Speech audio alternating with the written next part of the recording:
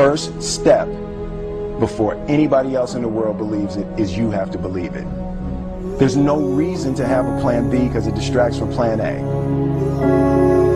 If you can see it here and you have the courage enough to speak it, it will happen. You see what I'm saying? You want to be in a dominating point, okay? So what we got to do is we got to get you thinking. We got to get you thinking like the dominators think. How do they act? How does Warren Buffett act? What does Warren Buffett do with his time all the time? Those are the people I study today. I don't study the people that I went to school with, the teachers I went to school with. I don't even study my own family members, okay? I'm looking for people that are way up here that I can say, hey, what are they doing? Because they're doing it right.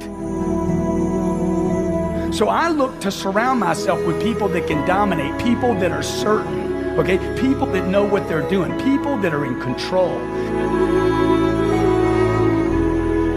You know, if you don't surround yourself with other dreamers, here's what I know. If 9 of your friends are broke, you're going to be the 10th one. That's it.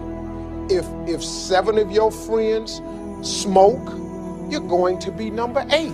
If you stay with that circle of friends, you've got to surround yourself with like-minded people. See, stop telling your big dreams to small-minded people.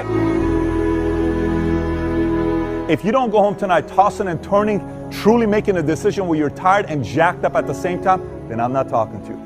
Weird things happen to people when you make a decision. My mom wanted me to be a truck driver because that would mean I'd make $24,000 a year if I went to Truck Masters, and that would be twice what my father made.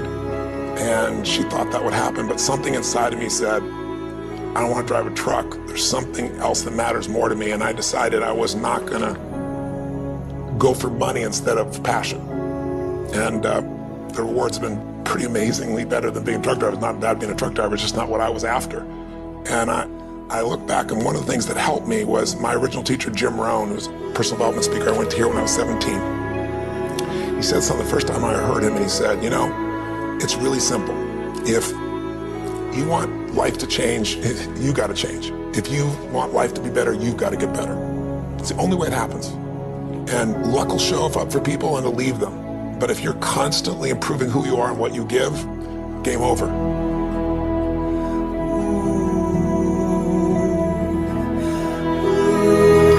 So look, if I can do this, you can do this, but it's going to be hard if you don't change your mind. You got to change.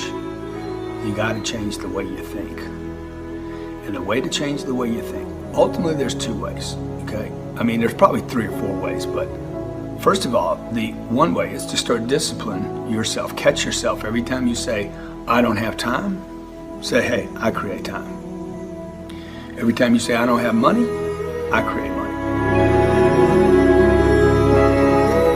I put the third eye on Einstein's forehead because I respect him as a visionary and a person that can see what doesn't exist in most people's eyes. Most of you guys focus on all of the things that you can see. A visionary specializes. Only those who can see the invisible can do the impossible. Only those that can see the invisible. How do you see something that doesn't exist? You have to be a visionary. You have to be a person that can say, yo, I just seen something. I'm talking about people that really want to figure out how to move themselves forward. And you know, I find that so many of us think that our dreams are unreachable or unrealistic, and it's just so sad. I mean, people think that their dreams disappear. And if that's what you think, congratulations, you're officially stuck. And the truth is that our dreams are always there, and they don't ever give up on us. We give up on them. But here's the secret. If you just force yourself, and I mean force, because I know damn well none of you want to do anything about this, but if you just force yourself to take a couple small steps, there's always a surprise. Everything I've ever done started with a fear. That fear of having a dream, and that fear of, oh, I can't dream that, you know, I'll never be able to do that. Right. You know, it was important to know that, yes, you can have that dream, but you have to know, honestly, what it's going to take for you to achieve that dream. And so then I came up with the quote, and it goes for everybody, all genders, all races. You know, don't be afraid to close your eyes and dream, but then you have to open your eyes and see the reality of what it's going to take for you to achieve that dream. And a lot of people, they kind of see, whether it's musicians or athletes or entertainers or even just successful people, but they don't understand the thing that it takes for them to get to the point that they've gotten. And you know, that's why it's a very important quote to me, and I think it, you know, it has inspired people, and it inspires me every day. See, this is what people do. They set a target. Remember when you were a kid and you set targets that were big, giant, had nothing to do with reason? They were giant, right? And then you had some difficulty getting to it, and somebody said, what? Dude, your goals are unrealistic. You need to drop your goals down and add 40 years and end up with nothing. Certainly not congruent with your potential. How many believe you have more potential than you're going for right now? Dude, it's way up here. It's beyond what you're going for. So you want to set it here. I want to set my targets up here. I never lower a target. Never, ever. That's my target. I'll fail on my target. My whole lifetime I might fail on that target, but I won't let it go. Success is something entirely subjective. Success is not about having lots of money, living in a big mansion, having an indigo suit. Absolutely not. That's part of it, but it's not the whole of it. You see, success is when you attribute value to things that matter to you. If you don't love what you do, it's going to be hard to continue. Do you know why so many people don't like their jobs? It's because there's no heart in it. They're just doing it to get the money at the end. You got to enjoy the process and then trust the process. And that's how to get a small vision off the ground, the come up.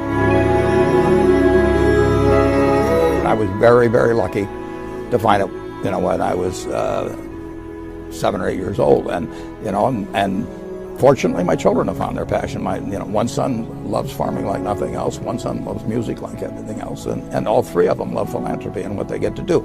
You're lucky in life when you find it, and you can't guarantee you're going to find it in your first job out. But I always tell college students that come out, I say, take the job that you would take if you were independently wealthy. You know, you're going to do well at it.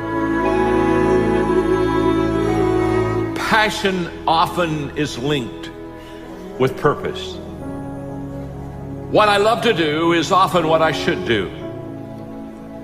We have been created within us the capacity to have things that we enjoy greatly, and a lot of times there is a definite relationship between what I am in love with and what I should be doing. We are created and wired in such a way that passion and purpose many times comes together, and passion is the great energizer. Once you have passion, you have energy. If you got the energy and you go, I don't know where to start, throw a rock, and where that drops, start there. Talk to the next person. Just take massive action and keep changing.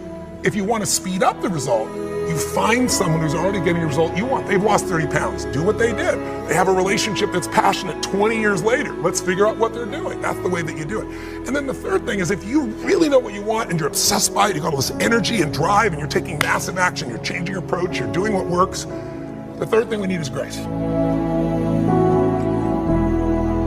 Whatever you move toward, if you move toward success seems to start coming your way. So figure out what you could do to make the move, to begin the early qualifications and then sustain the qualifications, and success is yours and health is yours and all valuable things.